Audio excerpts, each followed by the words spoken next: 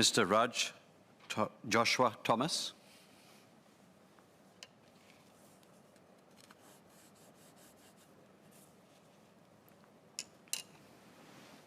Mr. Deputy Speaker, a fundamental principle of the rule of law is access to justice, which includes access to legal advice and representation. Accused persons who are unable to afford lawyers to represent them face an indomitable inequality of arms against the public prosecution.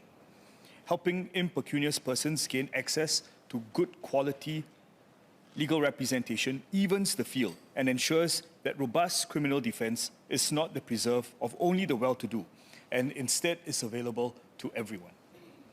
The Law Society Pro Bono Services Criminal Legal Aid Scheme or CLAS had, amongst other organizations and programs, served this function. The Public Defenders Bill seeks to enact and enshrine in legislation criminal legal aid funded by the government for persons who meet the means testing and other criteria. I thank the Minister for tabling this bill. It will fill a lacuna in our rule of law institutions and create a more fair and equitable society.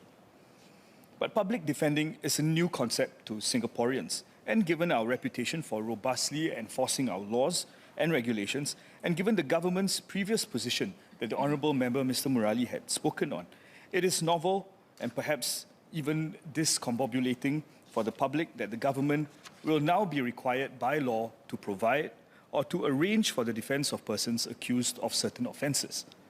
In time, it will become an accepted part of our criminal legal system, but how it is perceived and how it is approached will depend on the information and education provided to the public on this new setup and how the office carries out its statutory functions when it is set up. In this regard, I have several points for the Honourable SPS's consideration. First, as there may not be sufficient understanding of the structure of the state as regards its legal components, it will be important to step up public education on how the public prosecutor is an independent organ of state and not part of the Ministry of Law, which the PDO would be. Often, laymen tend to lump all official bodies under the broad heading of the government. In fact, the public prosecutor and the Ministry of Law and the PDO as part of the ministry are distinct, and the public prosecutor is not part of the government. It may be otherwise confusing to the layman that the government is funding both prosecution and defence, and this was mentioned by earlier speakers.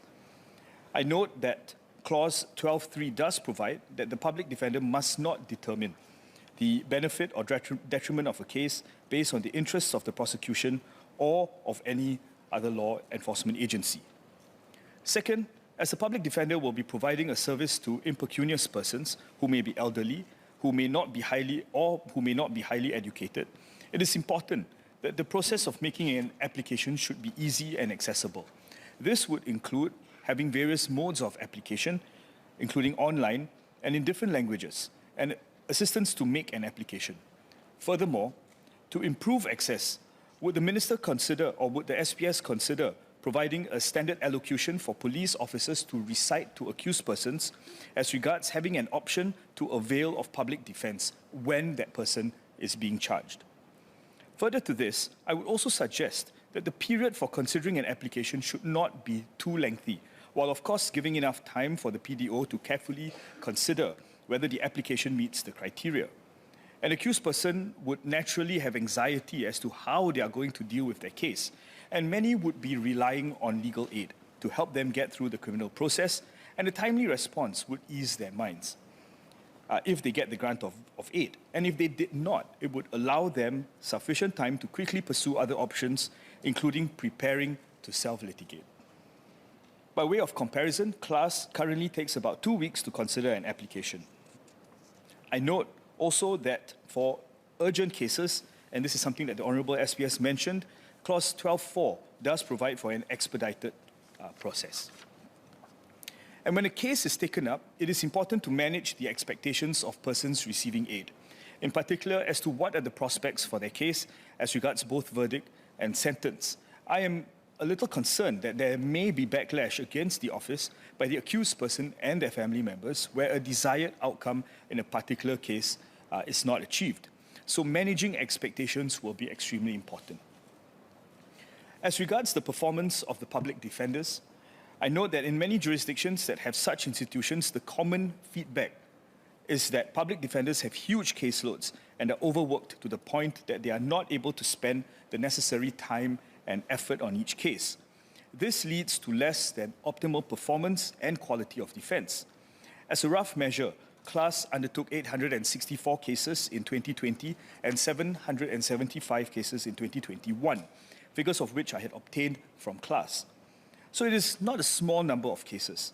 In this regard, we need to ensure that the PDO is adequately staffed, of course, with a prudent budget, and that there is careful monitoring of each public defender's caseload so that they take up a manageable number of cases. On a related note, we must ensure that the public defenders are also adequately compensated and have career progression prospects. While they should, of course, have passion in what they do, the PDO should not be a passion project, as it is in many other jurisdictions.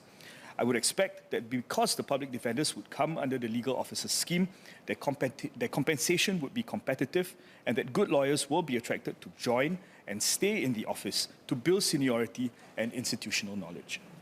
This will help ensure a high standard of defense provided. I'm also gratified that the bill provides for the involvement of lawyers in private practice via panels of lawyers who can be assigned to cases.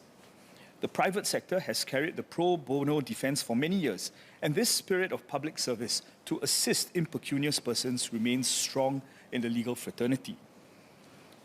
I would suggest that the panel of lawyers can be utilized in two ways. One, to assign cases to lawyers whose particular expertise would be useful in those cases, and two, as a release valve when the PDO's caseload gets too voluminous. I hope that there will also be avenue for public defenders and private lawyers to be able to work together on appropriate cases to leverage on each other's knowledge and experience in defending the aid recipient. In addition to what I have covered, I have the following clarifications on specific clauses. On Clause 8.1b, which sets out the scope of criminal defense aid, I would like to ask the Honourable SPS whether the PDO can take up appeals or criminal applications where the PDO had not represented the accused person in the originating proceedings, which are provided for in Clause 8.1a.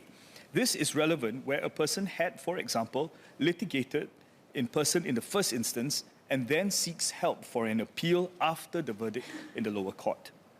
On Clause 12.5, which provides that the PDO may, instead of approving an application, refer it to a body or organization providing pro bono legal services, I would like to ask the Honourable SPS whether the PDO will be able to refer cases to an external body if the applicant does not meet all the criteria.